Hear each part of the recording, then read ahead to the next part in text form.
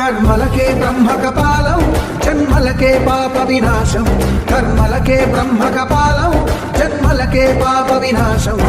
వ్యాసం ఇతిహాసం ఆ వ్యాసుడు ప్రవచించంగా భక్తం గణపతిదై కురు చరితము విరచించంగా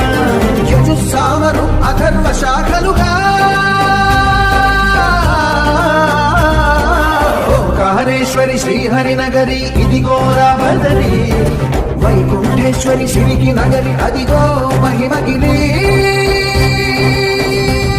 ఈ కొండపై పాదండగా ఆ విష్ణు పాదమే వెలసింది వేదాలనే విభజించిన శ్రీ వ్యాసపీఠమై విరిసింది కనకనంద జల సంగీతం శ్రీహరి నామం కృష్ణకుండ జలధారలలో హరిభక్తుల స్నానం జ్ఞానం మోక్షం వసగే వైకుంఠ